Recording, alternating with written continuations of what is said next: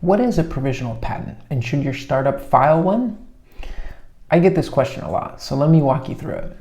Let me explain what it actually is at a basic level. A provisional patent application is a placeholder. You file it with the US Patent Office and it does two things. First, it gives you patent pending status, which means you can put that on your product, on your pitch deck, or on your website. Second, it locks in your priority date. That's the date that counts if someone tries to patent something similar later. Now, a provisional patent application is not a patent. It's a 12-month reservation. During that year, you need to file a full utility patent application or your provisional patent application expires. But that 12-month window is really valuable for startups for three reasons. First, for fundraising. Investors do run IP due diligence. When an investor sees patent pending on your pitch deck, it signals that you've thought through defensibility and taken steps to protect your technology. If an investor asks, what's stopping someone from copying this? Patent pending gives you a real answer to that question. Second, it provides a runway. A provisional patent application typically costs significantly less than a full utility patent application, depending on the complexity of your invention and who you work with. In fact, the current government filing fee is just $130 for a small entity, and if you qualify as a microentity, which a lot of first-time inventors do, it's only $65. Now compare that to the cost of a full utility patent application, which can run $10,000 to $15,000 or more. For an early stage startup on a tight budget, a provisional lets you lock in a priority date now and push the bigger expense down the road, ideally after you've raised funding.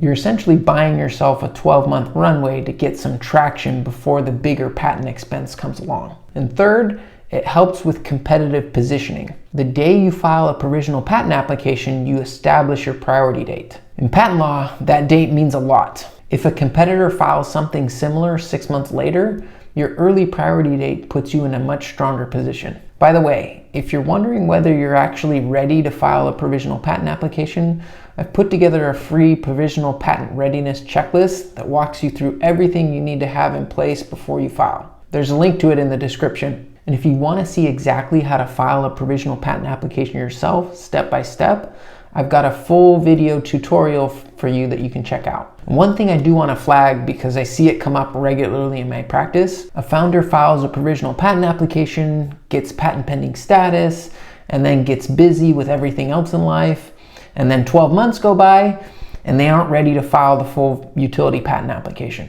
12 months sounds like a long time, but it goes by fast. There's a lot that needs to happen to prepare for that patent conversion date. If you miss your patent conversion date, you'll lose your priority. And if you've been publicly selling your invention or talking about it during those 12 months, that public activity can actually work against you when you try to file later. So here's what I recommend.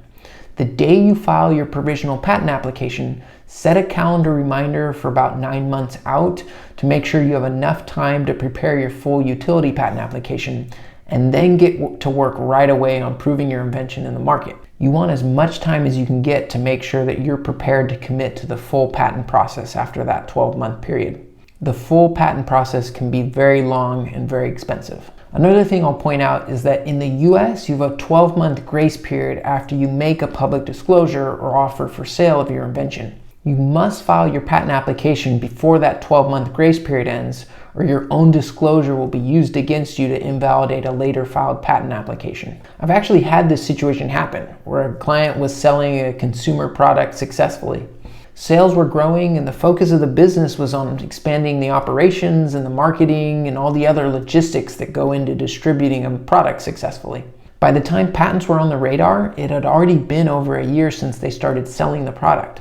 When that happens, under US patent law, you've effectively waived the right to apply for a patent, and your invention is considered donated to the public. So for that specific product, we couldn't file a patent application. The good news is we were able to get ahead of it for their next product iteration, and we were able to capture those improvements with patents. But the original product, the one that was doing really well, the window for that one was closed. And here's the thing. It wasn't that they didn't care about IP.